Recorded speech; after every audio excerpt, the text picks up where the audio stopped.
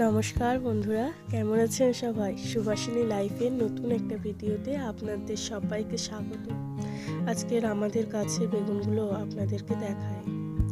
এই সময় গোটা গাছ বেগুনে ভরে গেছে একদম, আর গোটা বাগান তো বলার মতো না। বেগুনে বেগুন সুন্দর দেখতে লাগছে দেখুন। আর নিচের দিকে দুটো জোড়া বেগুন হয়েছে, ভালোই লাগছে। এটা তো আর খাওয়া যাবে না, গাছেই রেখে দিলাম। আর দুটো বেগুন পেড়ে নিয়েছি, একটা নতুন রেসিপি করব, বেগুন আলু কষা। বেশ ভালোই লাগে। আর এই জন্য আলু, বেগুন আর টমেটো, দুটো কাঁচা লঙ্কা নিয়ে নিয়েছি।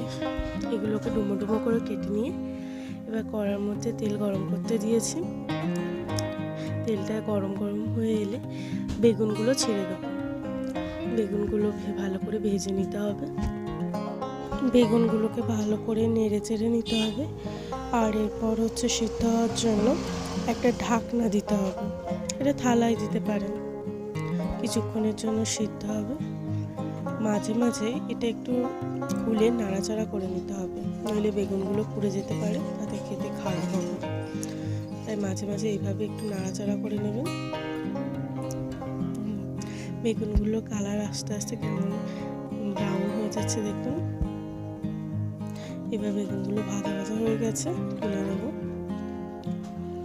আর কড়াইতে তেলের মধ্যে 5 ফোড়ন আর শুকনো লঙ্কা দিয়েছি। শুকনো লঙ্কার 5 ফোড়নে একটা সেন্ট বেরোচ্ছে।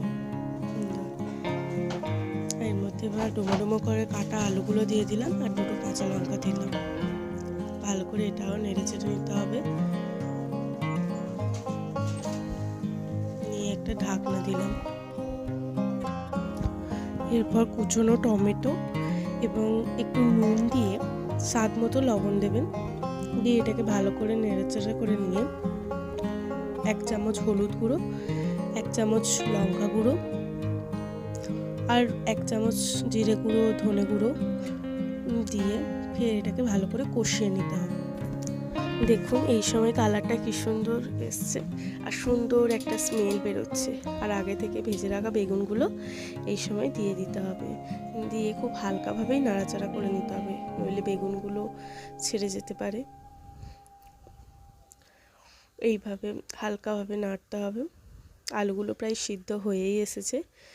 এবার পরিমাণ মতন জল দিতে হবে। যেহেতু আলুগুলো সিদ্ধ হয়ে এসেছে তাই আমি একটু অল্পই জল দিলাম। আর আপনাদের যদি না সিদ্ধ হয় তাহলে একটু বেশি করেই জল দেবেন। আর কিছুক্ষণের জন্য এইভাবে ঢাকা দিয়ে রাখবেন, 5-6 মিনিটের মতো। এরপর দেখুন কি সুন্দর কালার এসছে একটা, আর তরকারি রেডি। আপনারা বাড়িতে অবশ্যই এটা ট্রাই করবেন, এবং ভিডিওটি যদি ভালো লেগে থাকে অবশ্যই একটি লাইক এবং সাবস্ক্রাইব করবেন। Thank you for watching.